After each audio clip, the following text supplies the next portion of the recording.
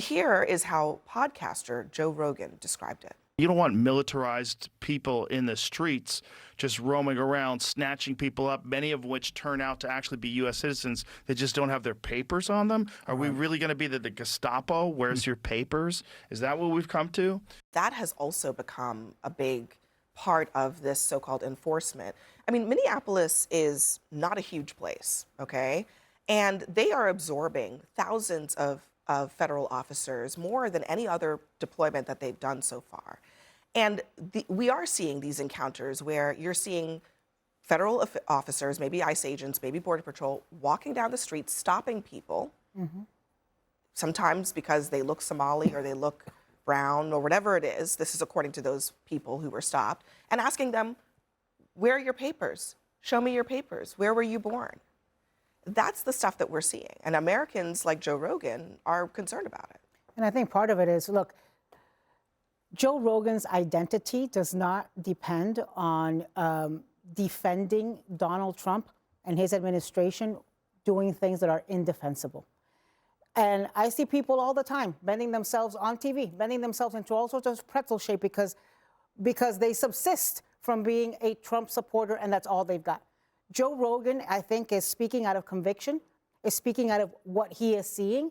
And I think it's reflective of what a lot of Americans feel right now. People are showing up at the streets because they are pissed off at what is happening in our country. It is heartbreaking to see these images in America. We are the country that's supposed to be an example for the rest of the world. And the things that are happening in our streets are the type of things that happen in these third world countries. And they do bring all sorts of bad memories when you see these masked men targeting people. And it's not just Minnesota.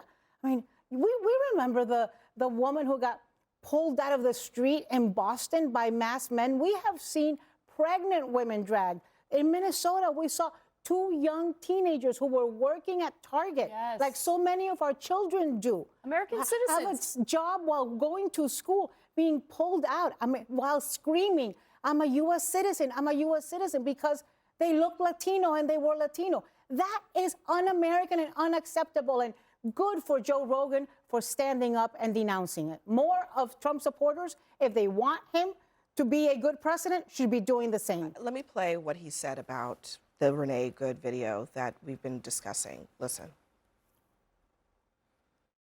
It's complicated, obviously, but it's also very ugly. To watch someone shoot a U.S. citizen, especially a woman, in the face, when people say it's justifiable because the car hit him, it seemed like she was kind of turning the car away.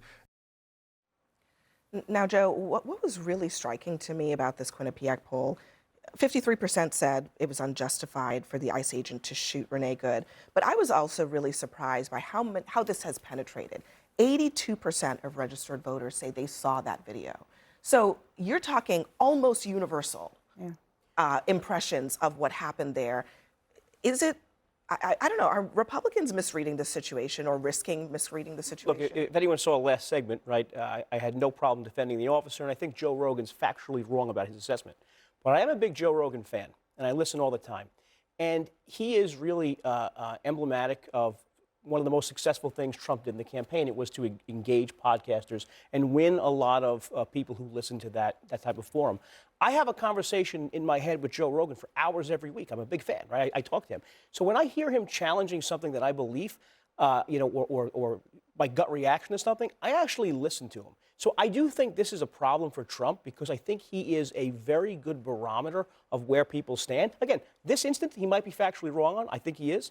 But he is a good barometer of where a lot of Trump supporters are. And I would have, you know how they have the Waffle House indicator for a hurricane? Like if the Waffle House is closed, there should be a Joe Rogan indicator. All right, with us now, stand-up political commentators Karen Finney and David Urban. And friends, what I'd like to do is not relitigate the video or the events. I actually want to talk about how they're landing in comments like the ones David just made by Joe Rogan, who seems to be saying, I support the president's immigration effort notionally. I do not like what I'm seeing on the ground, though, he seems to be saying. How pervasive do you think that opinion is? Yeah, John, listen, I think it is very pervasive, right? Americans overwhelmingly voted, one of the president's strongest suits. Americans overwhelmingly voted for this president. If you look at the numbers and reasons given, to secure the border and crack down on kind of the sieve that was the border under the Biden administration. And this administration effectively sealed that border up and did that. And then the president promised to go after the bad hombres and the drug dealers and get those people out of America. And you know, there's a lot of support for that in America. What there isn't support for, and the polling bears this out, this isn't David Urban's opinion, this is the polling. It bears out that people do not want to see what you're seeing on your screen right now. They do not want to hear what Joe Rogan is saying. They don't want to see masked men geared up like Delta Force walking down the streets of America, asking people for their papers, throwing them on the ground, zip tying people who are doing sheetrock, you know, gardeners, nannies. They don't want to see that, right? That's not what they voted for. And so it is really hurting this president in the numbers on an area where he was strongest, on immigration, strongest. Now it's becoming a weaker point. You know, Karen knows this. President Obama deported lots of folks, but he did it in a completely different way. The Obama administration grabbed lots of folks who just came across the border, people who hadn't really integrated themselves in the communities, hadn't become people's neighbors. And, you know, surprisingly or not surprisingly, people don't like it when ICE shows up in their neighborhood and take away people that they have relationships with. The Obama administration was very effective because they snatched people didn't really know. And in this case, neighborhoods see this happening and they don't like it. And so I think the tactics need to be addressed. I mean, it's just factually true, Karen. It's not just that. Well, you don't even know what I'm about to say, David. So why don't you let me talk? You know, it's not just that this idea that somehow there's a difference between, it's not just taking people that people know. It is the violence. It is the terrorizing of communities. There's a story in USA Today. A couple was getting back from a cruise. They're in Miami. ICE or Border Protection comes into their cabin, hauls them out. The gentleman of the couple, they're both American citizens. He's a Coast Guard veteran. I mean, it's the violence that people are really reacting to. And David is right. I mean, this is really, people are very aware of this story, and they're very aware of other stories where they're seeing this armed militia essentially acting as though Americans have no rights. We have the right to ask someone to see their badge, who they are. But these ICE officials are acting as though you don't have that right. And they're smashing car doors, ripping people out of their cars, even when individuals are saying, wait, I'm an American citizen. Let me get my ID. That is part of it's about the way they are conducting this, far beyond, you know, it's not just taking nannies and taking you know, day laborers. It is now, and we saw an American citizen get shot in the face. So it's as traumatizing, frankly, as the George Floyd murder was so many years ago. I do want to know, I think you guys are agreeing basically here. So let's just take a minute to acknowledge that, even as, you know, maybe it started off as a treatment. But, you know, let me just put up some of the numbers that David Urban was talking about here. Do you think the Minneapolis shooting was justified? Justified 35%, not justified 53%. That's according to a brand new Quinnipiac poll. And then approval of ICE in general, approve 40%, disapprove 57%.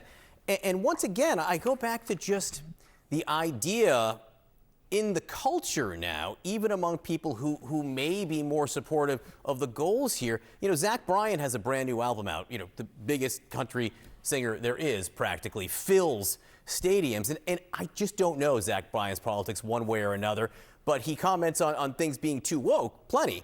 He's got this line in this song. The song's been out for a while, but it was just released in the album. I just want to play it right now. And the house is gonna come, bust down your door. Try to build a house, no one builds no more. We got a telephone, kids are all scared and home. So who is this on, David? Who needs to change this, David, if it is a problem? Yeah, Yeah, John, I think this needs to start at the top. I think the president needs to be aware or made more aware that maybe the numbers are going to play it out. They'll continue to have polling that shows that the American people don't like this. Listen, when you lose Joe Rogan, right, you got a problem. And I hope the White House takes this to heart, that people don't want to see this type of behavior from ICE. Listen, everybody wants to get the bad guys out of our country. Everybody wants to fix the immigration crisis in America. But what is playing out in the streets, to Karen's point, across America, is not something that seems American, right? And the people who came here illegally, we need to deport them, but there's a way to do that. And it doesn't appear that the current situation is making things better. And listen, we've got midterms coming up. Do you think that anybody who's watching this thinks that Republicans should get more power or less power?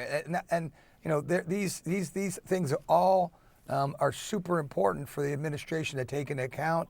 I think it needs to be dialed back. I think they should take this. We can still enforce the laws and have strict immigration control, but do it in a different manner.